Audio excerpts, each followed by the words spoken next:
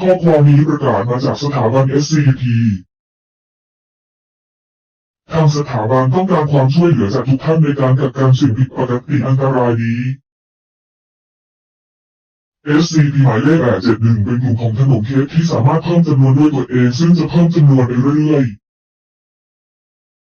หากปล่อยไว้โดยไร้การตรวจสอบใดๆจำนวนของ SCP หมายเลข871อาจส่งผลให้โลกไม่สามารถดำรงชีวิตอยู่ได้ภายในเวลา84 วัน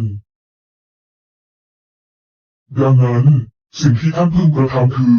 บริโภคเมื่อท่านพบเห็น SCP หมายเลข871ไม่ว่าในกรณีใดๆหรือมีจำนวนเท่าไหร่ย้ำอีกครั้งเพื่อความชัดเจนทุกท่านพึงบริโภคขนมเค้กทุกก้อนที่ท่านพบเห็นเพื่อทุกชีวิตบนโลกนี้ทางสถาบันขอขอบคุณทุกท่านที่ให้ความร่วมมือควบคุม